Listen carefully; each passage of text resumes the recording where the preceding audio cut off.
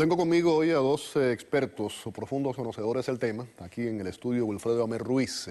Buenas noches, vocero, presidente de la Asociación Musulmana de Norteamérica. También tengo vía Skype desde Boston, me acompaña Masha Gabriel, directora de la revista Medio Oriente. ¿Qué tal, Masha? Buenas noches. Muy buenas noches, ¿qué tal? Quisiera comenzar con los dos. Masha, primero contigo. ¿Cómo interpretamos estos últimos acontecimientos? ¿Cómo los interpretamos? En una línea que realmente no es nueva, estamos un poco acostumbrados a que haya escaladas de violencia. Hubo una tregua firmada con Hamás, una tregua que no ha sido del todo respetada. Hay que hablar, ha habido unos 100 y pico cohetes que han sido lanzados desde Gaza en el año y medio último. ¿Cómo lo entendemos? Lo entendemos como que la yihad ha tenido la oportunidad de lanzar cohetes, los ha lanzado y evidentemente siempre que estas cosas suceden suelen afectar a las llamadas partes más moderadas, que son las que están intentando llegar a algún tipo de acuerdo por otro lado. Wilfredo. Sí, claro, definitivamente lo que estamos viendo que está sucediendo, especialmente en la situación de la Franja de Gaza, es que se está complicando porque ya no tan solo es Hamás quien puede presentar un elemento de estabilidad o inestabilidad con el que puedes negociar o no negociar algún tipo de tregua.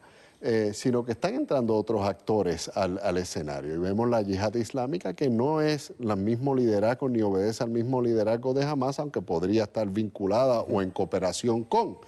Pero lo que vemos es que en la medida que el conflicto palestino-israelí no se dirija a una solución de dos estados pronta y que se aproveche la voluntad de la comunidad internacional como la hay ahora, para que en esta coyuntura se dé espacio a la creación del Estado y se reconozca el Estado palestino y se siga dando largas al asunto, ya no año tras año, sino generación tras generación, va a seguir la inestabilidad. Hay unas situaciones ya intolerantes por las cuales vive la gente en la Franja de Gaza. Ya hay 1 millón de personas que no tienen un aeropuerto, no tienen un simple puerto. Todas sus fronteras están controladas por gente foránea a su población y lo que se ha creado es la cárcel abierta más grande que hay en el mundo. Pero eso no justifica la violencia.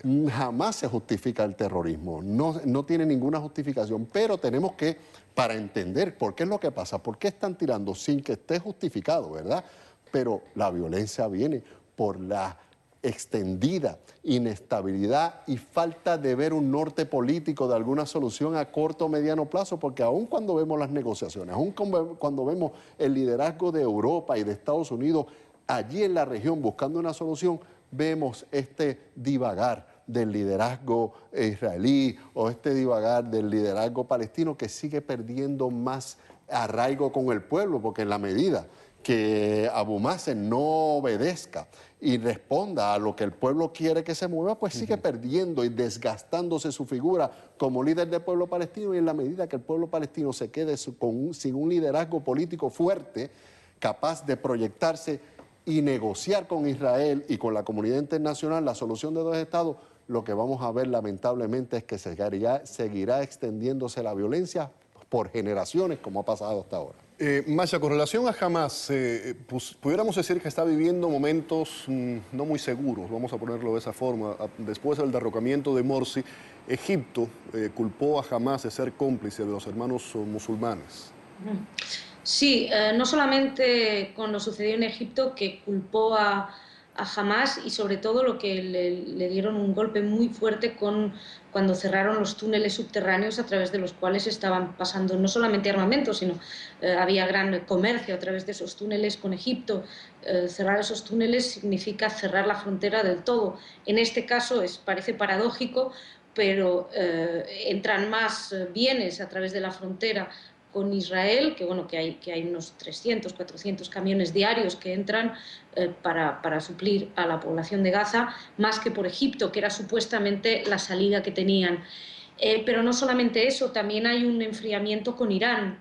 Un enfriamiento con Irán que puede tener que ver también precisamente con esta, digamos, muestra de fuerza que ha tenido la yihad islámica. Irán da armamento, mantiene a la yihad islámica, también con Hamás, pero a raíz de lo que está sucediendo en Siria, muchas de las alianzas que se han estado viendo han sufrido algunos golpes. Y una de esas alianzas que está teniendo una zona un tanto mala, precisamente es la de Hamás e Irán. Wilfredo, Israel dice que si Hamás no frena la yihad lo va a pagar caro y que está contemplando un amplio abanico de respuestas. Claro, pero ¿qué podemos esperar? ¿Algún tipo de agresión? Porque si Israel sigue apostando que a fuerza de bombazos va a lograr la estabilidad y la fuerza de incursiones aéreas va a lograr la estabilidad en la región sin atender la esencia y la raíz del problema, que es la falta de solución al problema de la creación, de la aceptación de la creación del Estado palestino, pues es el cuento de no acabar. Y muchos sectores y muchos analistas políticos internacionales coinciden en que quizás es lo más conveniente, porque si no, ¿cuál sería la razón que tendría Israel de recibir 10.000 millones de dólares en ayuda financiera y militar, si no es que está en esta constante amenaza a punto de ser aniquilado? Si se logra la estabilidad política, muchos sectores han teorizado que entonces ya no hay razón de ser de recibir 10.000 millones de dólares anuales. Con relación a lo que estaba diciendo ahora Wilfredo, y termino con esto ya, Masha, ¿quién gana y quién pierde con todo esto? ¿O todo el mundo pierde? Entiendo la lectura de Wilfredo, pero quisiera discrepar. Entiendo que hace falta un poner fin a este conflicto. Ahora, la idea de que Israel sale ganando económicamente porque haya este conflicto, creo que es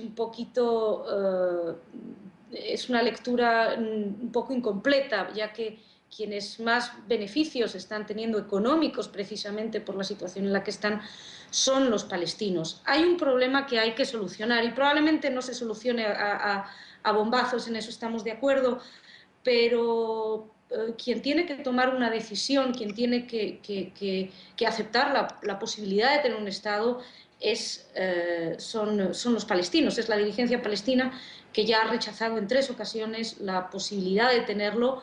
Y ahora mismo estamos ante unas negociaciones para las cuales creo que somos todos bastante escépticos, pero ya el tiempo nos ha demostrado que uno puede ser escéptico. ¿A quién beneficia esta situación? Personalmente creo que a nadie, pero por otro lado creo que el no avanzar, el no mover la pieza, en este momento casi es tan positivo, y entiéndase positivo entre muchas comillas, para unos y para otros. ¿En qué medida, en qué capacidad tiene ahora mismo Abu Mazen para liderar a un pueblo que está dividido desde ya geográficamente en dos? En un lado tenemos a Gaza, en el otro lado Cisjordania.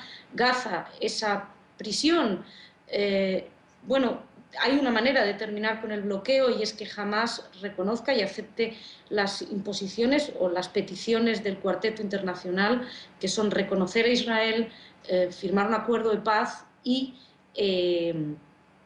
aceptar los acuerdos firmados hasta el momento. El problema es que jamás no va a aceptar a Israel. Claro. Masha, te agradezco mucho la participación en el programa, tu punto de vista, también el de Wilfredo, un choque de trenes. Sí. Vamos a continuar, por supuesto, con el análisis en futuros programas. Gracias, Wilfredo. Gracias, Masha, por estar con nosotros. Vamos a la pausa. Al regreso, regocijo mundial al cumplirse un año de Francisco, el Papa Francisco. Volvemos con la información.